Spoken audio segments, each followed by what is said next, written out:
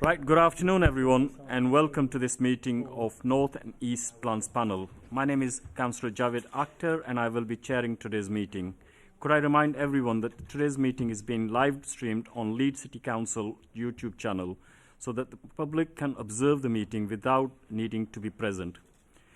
Could I also remind members of the public present that this is a formal meeting. While we welcome your attendance, we ask you do not approach members of the panel during the meeting and that the proceedings are observed quietly without any interruption. If this is not adhered to, you may be asked to leave the meeting and suspend the meeting while it's been facilitated. North and East Plans panel deals with applications from north and east of the city.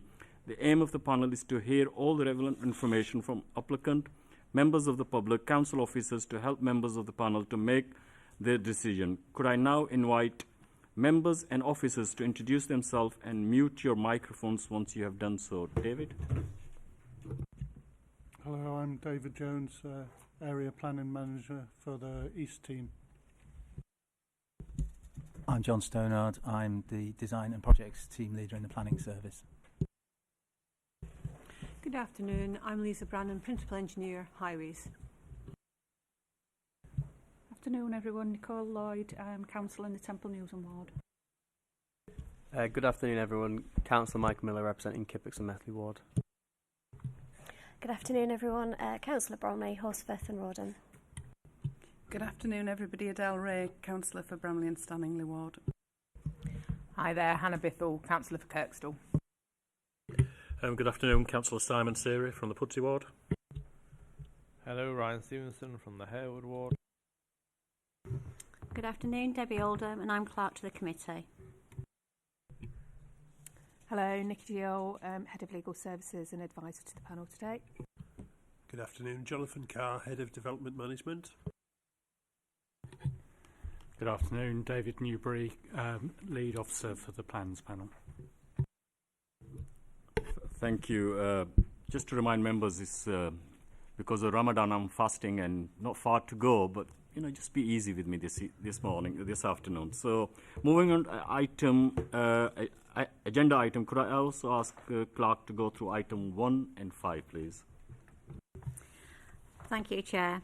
Under agenda item number 1, there are no appeals against the refusal of inspection of documents. Under agenda item 2, there's no exempt information. Under agenda item 3, there are no late items. Under agenda item 4, could I ask members to declare any interests they may have? And I'll take silence as there are none. Under agenda item 5, apologies have been received from Councillor Jenkins. Thank you, Chair. Thank you. Item 6, minutes of the previous meeting held on 27th of February 2025. Do members accept these minutes as a correct record? I will assume correct unless indicated otherwise. Matters arising from the minutes. Are there any matters arising from the minutes? No. Item 7. Could I ask David to present, please? Thank you, Chair. Just to advise members, as part of the PowerPoint presentation, there are some and primarily it's just coloured versions of some of the house types, just to get a better feel for what they look like. And there is a slightly amended layout, but you wouldn't necessarily notice the changes because it relates to housing mix. So there's just a few more slides on the presentation than members have seen in their pack. So this is an application, it's a reserve matters application for 357 houses as part of the East Leeds extension. This particular one is in the northern quadrant, which is Winmore Fields on the plan on the left. And just there's an aerial photo, really just with the same main landmarks identified in terms of the red is the new East Leeds extension, the road on the boundary, and obviously the blue ones are the existing roads. This is the approved master plan as part of the outline. So the application site is in this area here. And really, just to point out a couple of items on this master plan, you'll see from the report it does talk about various fixed points. So one of them is the spine road, which is the sort of black grey route. You'll see here, this is the other element of the spine road that links into the Grimes Dyke development, which is from, I think it's Woodlands Way. So this actually, it only includes a section of that to this point here in terms of the application site. This is the local centre identified, and the lighter colours are the areas of green space. The darker green area is actually Skelton's Wood. And really, just to reference, the hatched area on the outside of Elaw is the New Country Park, with the underpass just to the north. And obviously access can also be gained from the roundabout in terms of crossing points. So that's just a bit more of a close-up of the application site. There's the wood. So again, we're just looking at this particular field, essentially, is the boundary. And then it's also important to note, as that accompanies this application, but it will serve the whole of this development, is there's some sustainable urban drainage features in this area here. All the land sort of drains this way, as it were, with the lowest point being Grimes Dyke itself, the watercourse. So there is a proposal for some SUDS features here, similar to what's actually happened in the Grimes Dyke development itself.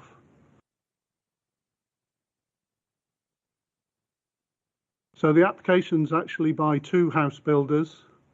We've got Vistry, which is on the left, which is 231 units, and Evans is on the right, and that's 126. And those two just mesh together, with this particular area being excluded from the application site. This is where the local centre's proposed. So things to pick up on this plan really are, this is the spine road running through, and then there's the link that will continue on into the Grimes Dyke development. In terms of the general principles, it's perimeter blocks primarily, with gardens backing onto gardens, so that's a good secure by design feature. And you'll see from some of the references in the report, there's been quite a bit of work that's gone into this particular boundary with Elaw, in terms of originally there was lots of back gardens sort of backing onto that, so it would have been a very sterile environment. And we've now managed to, through revisions, ensure sort of better overlooking of that space. And that particular leisure route, which is a cycle and footpath. In terms of characteristics of the roads, this is just a slide from the adopted SPD for East Leeds Extension, and it really just sets out some of the requirements for the spine road, which is primarily it needs to have grass verges on both sides at least 3 meters, tree lined, and then there's a separated pedestrian cycle route on at least one side. And the route, the image on the bottom is just the secondary route, and that allows you to reduce to just one tree lined area. So within the application site, both of these particular road types exist, but this is the main one that runs through the site and is designed to accommodate buses. So I think John's going to talk to you about some of the design aspects, and then I'll come back on a couple of things from the report. Thank you, David. given that the plan is so large and is reproduced so small on the screen, I thought it was worth zooming in on some specific areas. There was a great deal of dialogue about the layout and the structure of the development to create what we hope it will be a good quality, memorable and pleasant soundscape. David. Okay, so these are examples of the structure that's been created by the different road forms. The first column on the left shows the spine route and the route through into Grimes Dyke. It's that kind of wide boulevard treatment that was talked about, with verges on either side, tree planting on either side, a very strong building line, trying to create a regular building line that's pulled in slightly towards the road so that you get a good sense of enclosure. There's also been, we'll get onto materials later, but a focus on trying to create a coordinated palette of materials along the main road. So you've got predominance of red brick, of grey roof tiles, to give that sense of continuity and cohesion to the and strong sense of place to the spine road. The next column in are those secondary roads, which trees along one side. Again, like the spine road, the emphasis has been trying to pull cars away from the road frontage, so to set them largely behind the building line, not always in the secondary case, but predominantly, so that parked vehicles don't dominate the street scene, and it's really the strength of the building forms, the boundaries front boundaries which all the properties have, and the tree planting and verges themselves, which give a very green, strong character to the streets. The next one in are I suppose the day-to-day neighbourhood streets, which are a lot more informal in character. So this is where the density increases slightly, and to do that, then there is a much greater range of car parking solutions. So there is forecourt parking in this instance, but interspersed with greenery, with trees to break it up and to still maintain a green appearance. And then finally we have the shared drives, which are again much more informal, largely onto green spaces and at the end of runs, essentially, so much smaller unit groupings of houses. David, thanks. Okay, worth also, another important point that we worked on was the connections into the surrounding existing area, but also to the adjacent development plots. So you can see there's a range from the left, where you've got the clear road connections through to the next phase, but also the image below it, how cycle lanes and cycleways and footpaths connect. So right across East Extension as a whole, and then specifically in this area, we've been very keen to ensure that there's a network of routes that are connected, so that you've got circuits for dog walking and cycling and the like. And that's actually part of the appeal is it's green, open character, and that residents have the opportunity to enjoy it, and that we do have the infrastructure in place. And you can also see how for example, on the third column, how the footpath, there's a really strong footpath network. You've got this spinal green space that runs down one side of the development to the southwest, but it has a good series of footpath connections, very limited road connections, so not to break up the space, but pedestrians can move very freely between the different phases of development. Okay, David. Very hard to read this slide, I'm afraid, but this was trying to convey the distribution of materials. Now, materials, worth saying, the materials were set at the outline stage, so there's a palette established of different brick types and roof coverings. And what we've tried to do is to focus groupings of materials in specific areas to support the different character areas, so that you end up with a memorable series of places across the scheme. Talked about the spine route already, but there are also clusters of streets that tend to have a predominant brick type or roof type, just so that, as I say, it's a legible, memorable area. Also try to restrict the use of red roof tiles away from the E-law, just because it's to avoid it being too prominent in views across the open countryside. The darker grey sort of blends in more comfortably with the landscape and the tones of the natural landscape.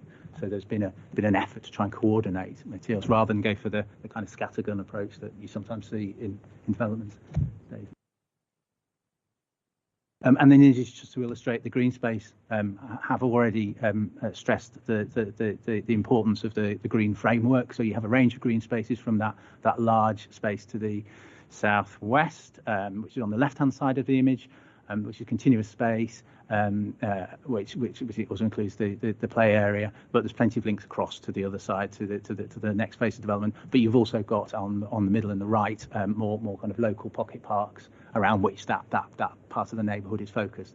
And not to forget that the spine route and the route through to Grimes Dyke will play an important part in shaping the green framework that runs through the site. Finally, on the small images, to show that there's a range of parking solutions provided. I've already alluded to the fact that we tried in certain areas to ensure that the minimum visibility of parked vehicles, but I think we recognise that a range of solutions is part of the mix of a successful housing scheme. So this is just to illustrate that there's a distribution of different solutions. Some in curtilage parking, but broken up by green elements like trees and planting, and ensuring sort of every third house has a lawn and a boundary. And boundaries are really important in terms of screening vehicles and providing a clear edge to the street, and strengthening that green character. But there are also differences. There are more open solutions on the driveways. Thanks. And then just very quickly, we thought it just to because they're so small in the documentation, to whiz through the house types. There was, it's important to say that these are standard house types, as you expect from a large scale development.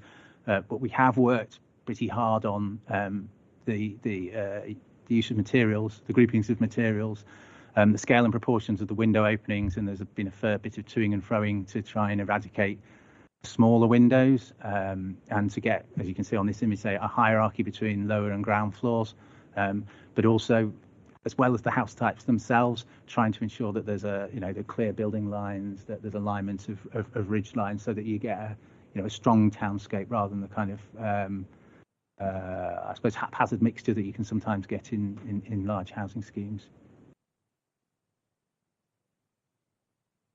And yeah, for example, in this one, we have got there's a passageway being added so that terraces do provide higher density, but you need to be able to access gardens. So we were eager to eradicate the kind of paths that start next to a neighbour's property and wrap all the way around the garden, just because of the sort of the vulnerable nature that they leave back gardens in. So just trying to arrive at reasonable solutions.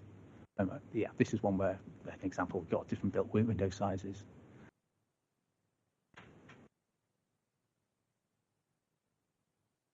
And just an impression of the street scheme. So this is the Evans scheme. So as you see at the right hand side of the development.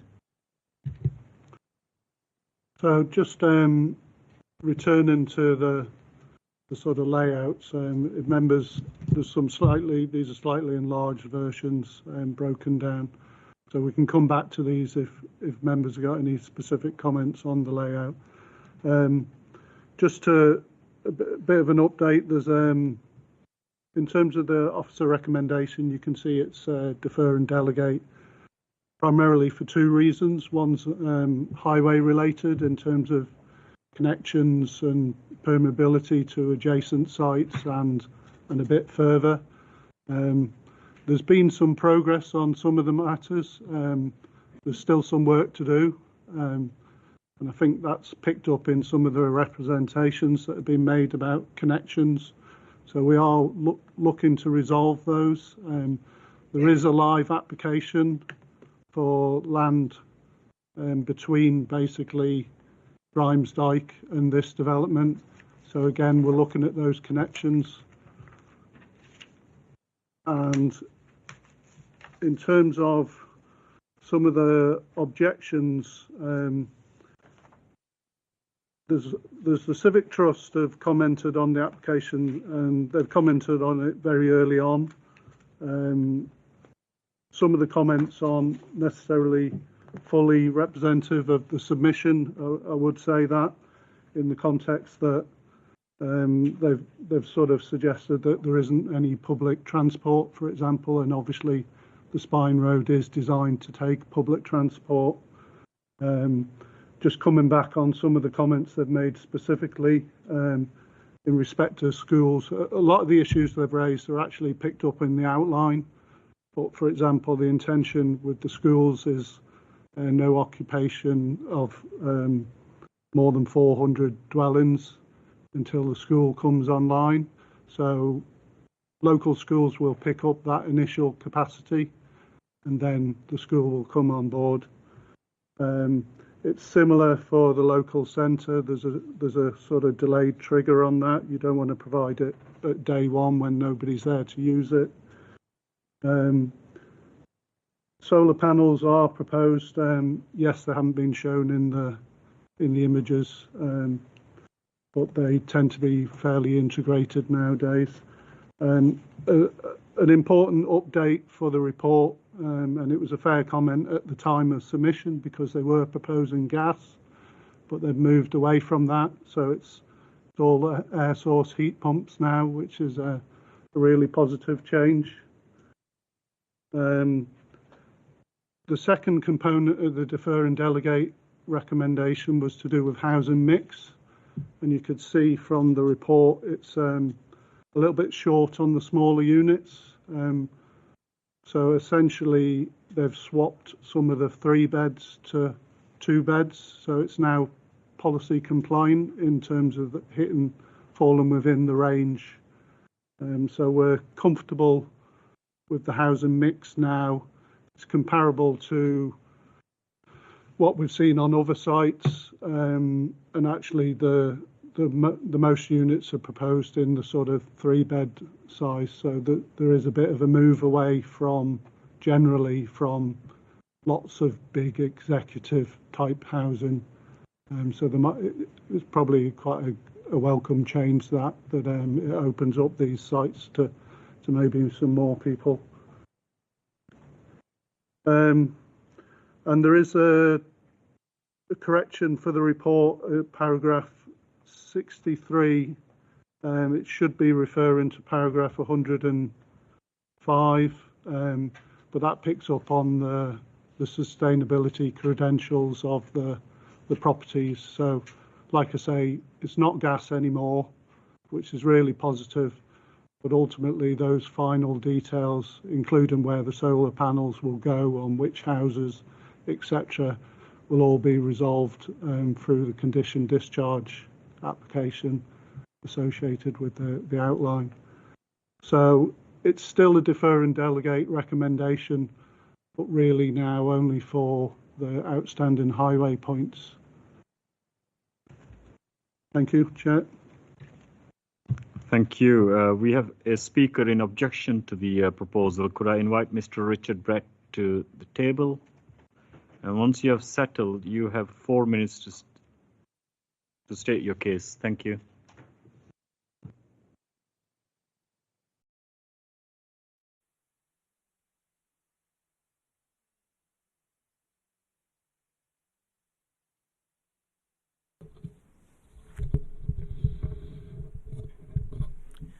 Thank you, Chair. It's 20 years since I was a member of a Leeds City Plans panel. I have to say you're in rather more luxurious circumstances than I recall in small committee rooms. I'd like to start by thanking the panel and officers for the work that you do, because I'm sure you don't always have the resources that you would like to have in order to get planning through at speed.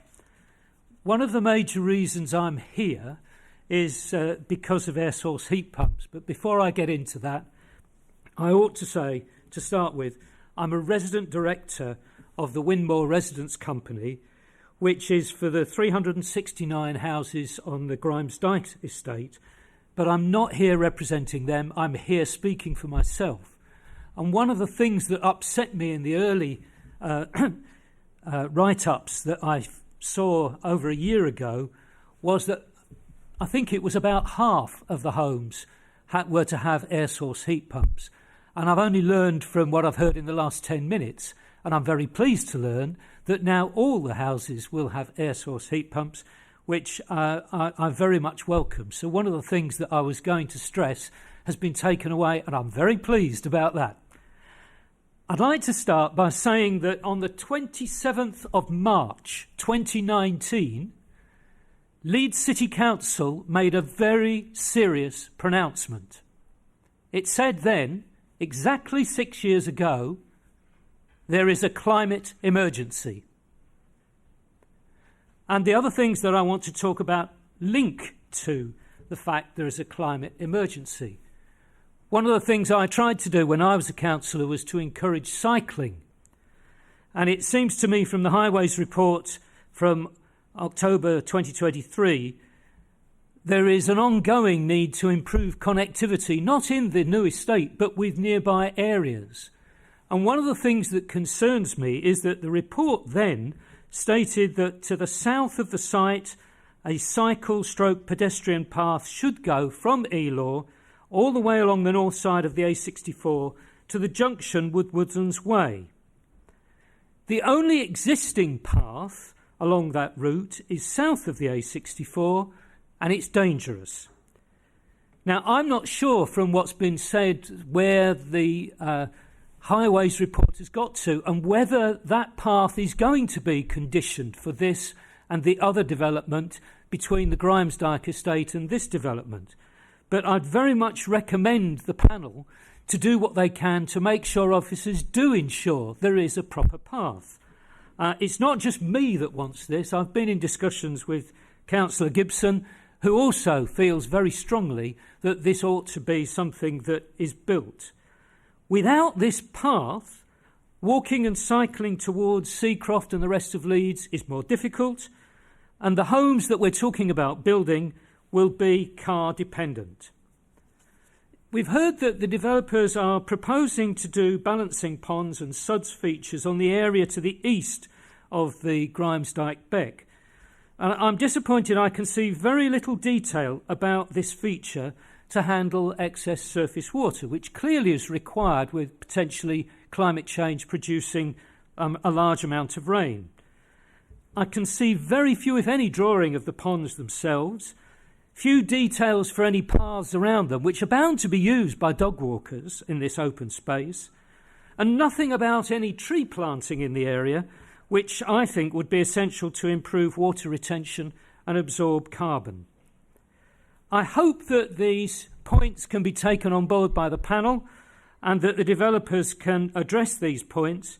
Certainly, if you believe in a climate emergency, I believe Leeds City Council needs to do all it can to improve new housing and make it fit with the 21st century.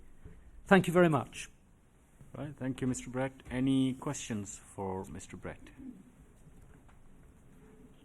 No, thank you very much.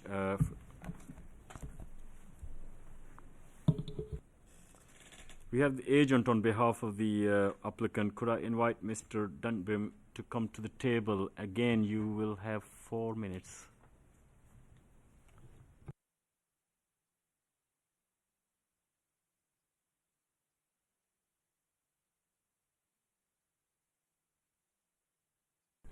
Thank you, Chair. Members, hopefully I don't need the 4 minutes. The officer's report is very thorough and I don't intend to repeat that. I'd just like to deal with the 3 points that the objector made. Just to confirm, we are air source heat pumped and photovoltaics in terms of energy supply for the site, so that is a definite. Dealing with connectivity, the connectivity was set out in the original outline in terms of connection points and so on. And there is a detailed travel plan that comes with that. But on the particular point of the A64 route, the majority of that route lies within the adjoining site, which is subject to an application, and that is currently being discussed with officers. But in relation to this site, there is a cycleway that links to that boundary with the adjoining site. So that is being looked at and has been accommodated in relation to this particular scheme. In terms of balancing ponds, the ponds that are proposed have been specifically designed to cater for the surface water attenuation for both this scheme and the adjoining scheme, and to deal with any climate change percentages that needed to be added to that as well. There is a landscaping scheme, and there will be further detailed landscaping scheme dealt with through conditions. So I think we've addressed all those points. I'm happy to answer any members' questions if they have any. Thank you, Chair. Thank you. Any questions? Councillor Bithell. Thank you. I had a fair few, but they've been very effectively answered in the submissions. So this one's a little bit left field, but and I'm very aware that we can't condition it, which is why I'm just asking it as a question. So one of the things that we are endeavouring to engage with is looking at advertising, and obviously on a lot of developments you end up with different advertising sometimes being placed on hoardings and things. So I was wondering whether we'd be able to get a verbal commitment that when you do potentially put advertising up on the site, that it doesn't include any of the adverse advertising to public health, such as alcohol, high fat, salt, sugar foods, etc. Obviously, I'm happy to provide a list if that's useful. Interesting. I've had a question like that before, so it is a bit left field. Usually, the sort of adverts that go on these sites are really to do with the house builders. So you'll have the house builders' flags, their boards. It's very rare that we actually have any kind of advertisements on there. What might happen is when the local centre comes forward after the 400th dwelling, there might be advertisements there, and certainly we can look at that, at that particular stage. Any other question, Councillor Sharp? All right, okay. Thank you, sir. Any questions for the office? Sorry, is it? Okay. Any questions for the officers? Yes, Councillor Bromley, and then Councillor Bithell. I've actually lost where it was, but there was a note about the trees, a concern around which trees would be placed for on the streets. I wondered if that's something that was looked into, why a particular type might be of concern. And if it is something that needs to be discussed in terms of obviously significantly important that we still make sure that they're placed.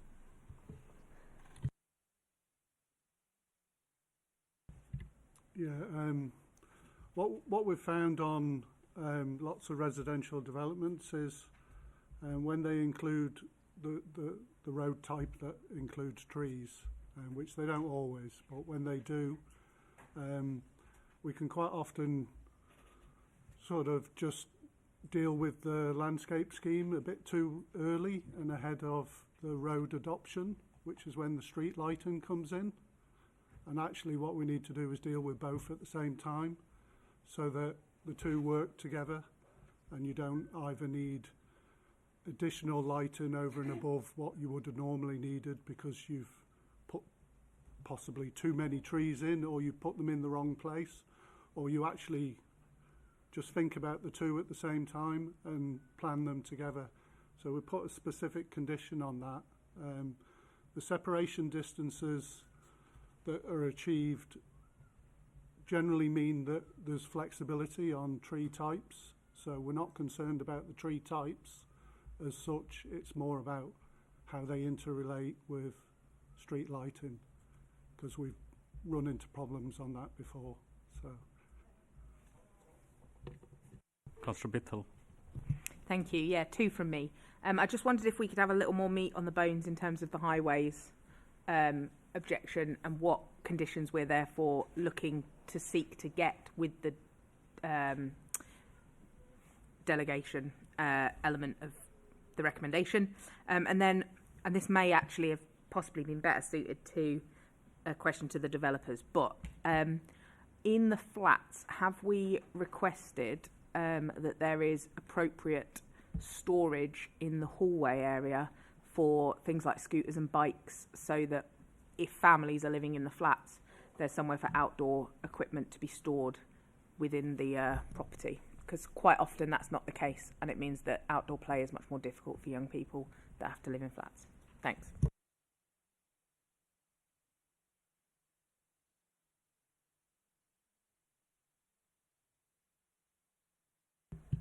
So in terms of the cycle and pedestrian connectivity beyond the site, there is actually a condition on the outline that covers that requirement for cycle and pedestrian connectivity.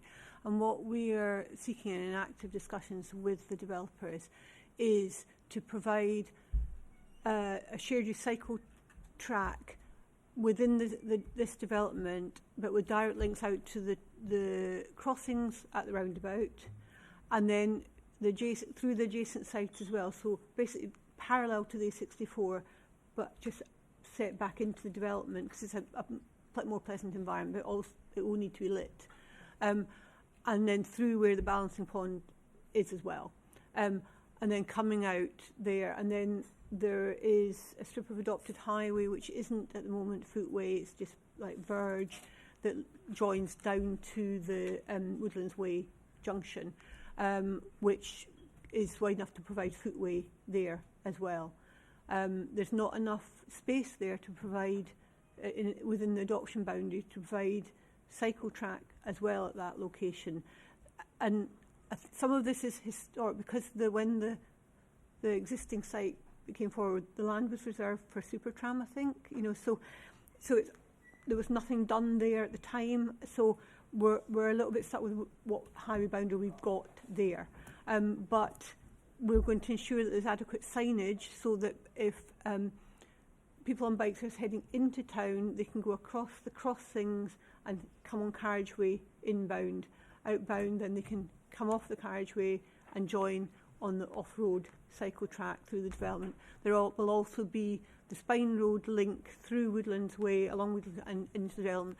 That is then quite a steep hill in the development, which again we've worked with the developers to ensure the gradients are acceptable through the adjacent site and this site, so that because basically at the moment the land goes like that, and they're regrading to make it to take some of that steepness out.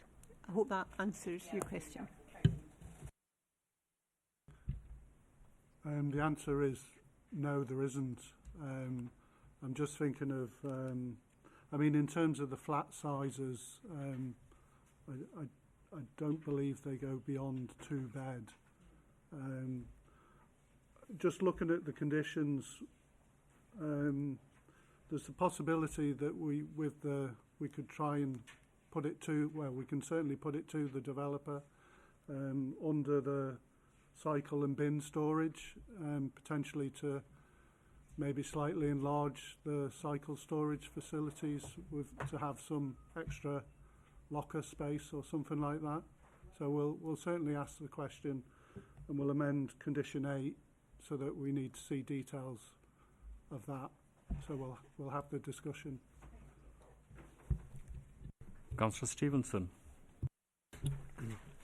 Thanks. Can I just come back to the schooling comment and the threshold of 400 homes? Was that conditioned in the outline planning approval? Yeah, I'm glad you've asked that, because I did want to come back, because I think I said 400, and actually that's the local centre trigger. The primary school trigger is 495, so that's in the section 106 for the outline.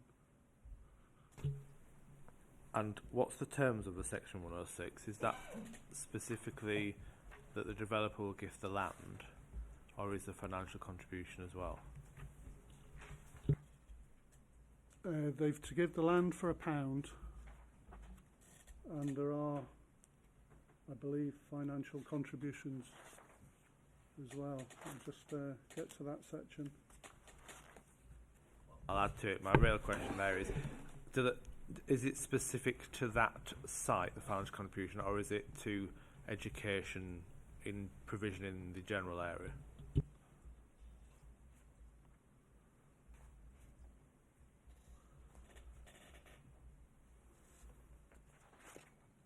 So I think there's 2 issues in respect of primary school. There are on-site primary, so there's on-site primary school contribution, and then there's various payments to be made at trigger points as properties become commenced, substantial commencement of.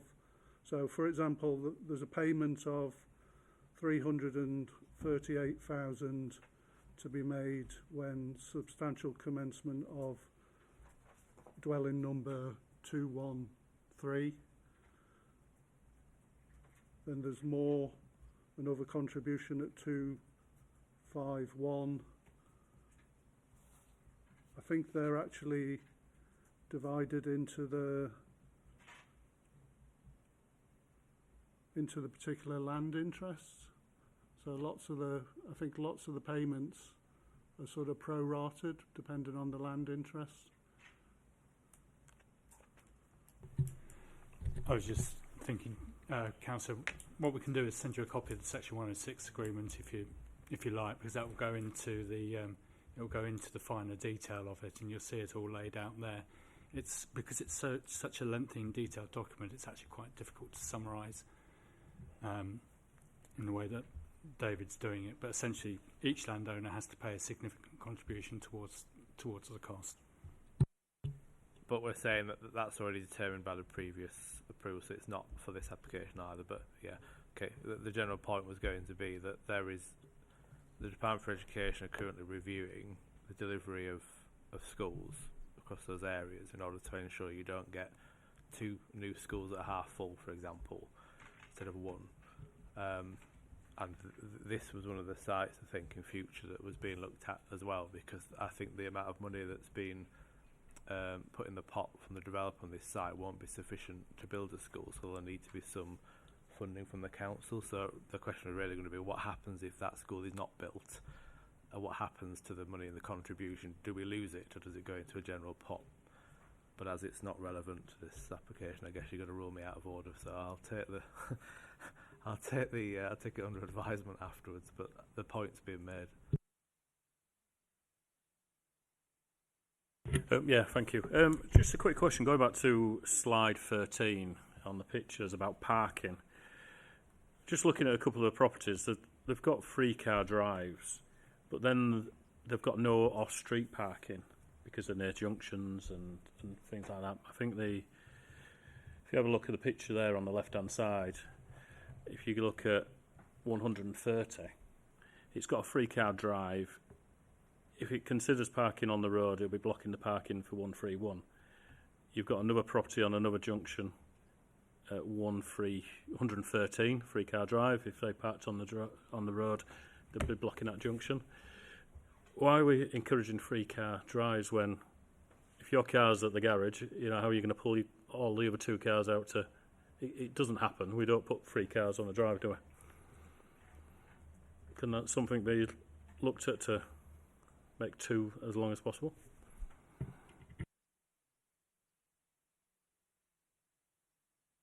I understand the point you're making. I mean, some people will move their cars, not necessarily everyone.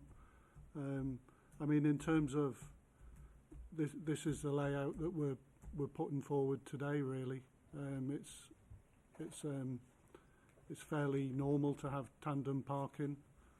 I know the point's been made before about, is tandem the best solution for the reasons you're saying, and I think what we try to do is have a bit of a mix between tandem and frontage. The problem is if you do frontage, then the whole of the street scene is clogged up with cars, and you don't really have much gardens unless you really affect the density. So there's lots of things at play here. So as officers, we thought that was an appropriate mix. Highway officers sort of do accept tandem parking, and arguably the criticism has often been about driveways being only capable of accommodating 2, and lots of families have more vehicles, so having the ability to park 3 vehicles potentially on your driveway arguably is a plus. At least you've got that option, whereas not everyone does have that option. So I think, this is the layout that we've put before members in terms of the recommendation. If members sort of feel strongly on that particular issue, then we could look at it, but it's nothing that we don't normally do, I guess, in terms of the balance. It's just around a couple of these pinch points, especially on that junction, It's highways going to put any. We know parking is a big issue for us anyway in areas, and it's going to cause issues with residents when there's on-street parking or the parking on the pavement. I just wondered, would highways put anything in measures from the beginning? When you say measures, sorry, can I ask what you mean? Do you mean like parking restrictions? Yeah. We wouldn't generally put parking restrictions in a location such as this unless there was then found to be an ongoing issue with parking, which often you then get, you know, if it's more next to a local centre, like town centre type of thing, or a large employment site where you might get overspill parking causing issues. But generally the approach is that all these dwellings meet the parking standards in terms of 2 parking spaces per, you know, 3-4 bed house, which is considered to be sufficient to accommodate the parking requirements of those individual dwellings. In the location you are highlighting, there is actually, I think, my eyesight's not that good to read that, sorry. There looks like there's a visitor parking space just across the road in the lay-by, and there is also some curb space as well where there's other tandem drives. So there is space there that could accommodate other parking on the street. And you know, we do look at in the round whether, say for instance, visitor parking should, you know, can be accommodated on the street. You know, and part of that, as David's already said, about trying to balance up the different, you know, design requirements, try not to have a car dominated street, but also make sure that, you know, that there is sufficient parking for the development. I hope that answers some of your questions. Thank you. If there aren't any questions, can I invite members for any comments? No? In that case, I'll ask David to sum up, please. Right, thank you, Chair. I'll just start with the recommendation because there is a change to the recommendation. So it still remains as defer and delegate approval of reserved matters to officers subject to the conditions, but this is in respect of minor adaptations to the layout to improve accessibility, those highway discussions which are still ongoing. We'd also seek to amend, in light of Councillor Bittle's comments, Condition 8 to require the details of the cycle and bin storage to be submitted and make sure that we've got appropriate storage for the occupiers of the apartments. And we would take the housing, as the housing mix issue has now been resolved, we would take the housing mix out of the defer and delegate resolution. As far as I can see, members seem to be, having asked questions, seem to be very generally supportive of the proposal, so it's really up from members to vote on the recommendation. Chair, that's the amended recommendation as described. Thank you.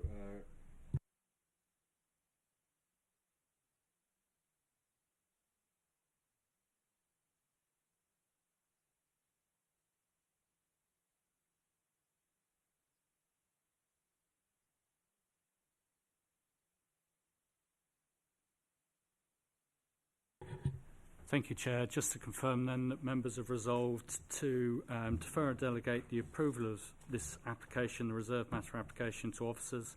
That's subject to the conditions set out on page 13 of the report, with the amendment to Condition 8 as described, and subject to further discussions in respect of adaptations of the layout to improve accessibility. Thank you, Chair. Thank you. Date and time for the next meeting will be Thursday, 24th of April 2025 at 1:30 p.m. And that concludes today's meeting, and I hope you all enjoy the rest of the afternoon. Thank you.